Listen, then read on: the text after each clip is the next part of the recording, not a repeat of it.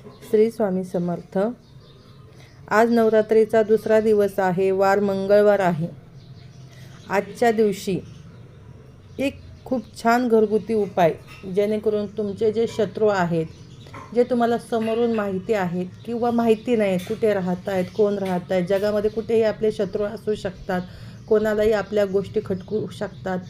त्यांनी तुमच्यावर केलेली करणी असेल, बाधा असेल, तुमच्यावर ठेवलेली वाईट नजर असेल किंवा ज्या वाईट लहरी आहेत, यापासून बचाव करण्यासाठी आजचा नवरात्रीचा दुसरा दिवस आणि आलेला मंगळवार हा खूप महत्त्वाचा आहे। नवरात्रीच्या दिवशी आलेला मंगळवार हा खूप महत्त्वाचा असल्या कारणाने मंगळवार आणि हिरवा लिंबू हा एक घरगुती उपाय तुम्ही करू शकता। तुम्हाला काय करायचं आहे, एक हिरवा लिंबू घ्यायचा आहे, ज्याच्यावर कुठल्याही प्रकारचा डाग नसलेला पाहिजे। कुठलाही डाग असलेला पिवळा लिंबू वगैरे घेऊ नका। हिरवा कच्चा लिंबू घेतला तरी चालेल। तो लिंबू घ्यायचा आहे आणि सांगितलेला उपाय हा सूर्यास्त झाल्यानंतर, उजेडामध्ये करायचा नाही आहे। सूर्यास्त झाल्यावर अंधार असेल, तुम्हाला कोणी बघणार नाही, अशा वेळेस करायचा आहे।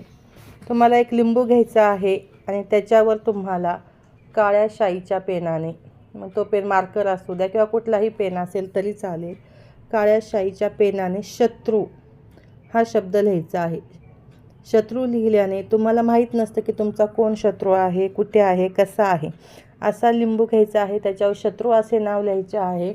आपल्या घराच्या दैवतेसमोर जायचं आहे, तो लिंबू तिथे ठेवायचा आहे आणि माझ्या जीवनामध्ये जे काही दृश्य अदृश्य जे काही शत्रू असतील, त्यांचा मनातील ज्या भावना आहेत माझ्याविषयी वाईट, त्या भावना संपुष्टात याव्यात, त्या नाहीशा व्हाव्यात, माझा शत्रू परास्त व्हावा, अशी तीनदा प्रार्थना आपल्या कुलदेवीला करायची आहे की हे देवी, जे कोणी माझे शत्रू आहे ते परास्त व्हावेत। हे देवी, जे कोणी माझे शत्रू आहे ते परास्त व्हावेत। हे देवी, जे कोणी माझे शत्रू आहे ते परास्त व्हावेत, असं बोलून तो लिंबू घ्यायचा आहे। तो एका काळ्या कपड्यामध्ये बांधायचा आहे आणि आपल्याला कोणी बघणार नाही अशा रीतीने, जिथे माती आहे, जिथं कच्ची माती आहे, अशा ठिकाणी खड्डा खांदून तो जो लिंबू आहे काळ्या कपड्यातला, तो तिथे गाडायचा आहे।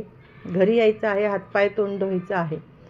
या उपायाने तुमच्या जीवनातील हजारो शत्रू असू द्या, ते नाहीसे होतील आणि तुमचं जीवन हे मंगलमय होईल।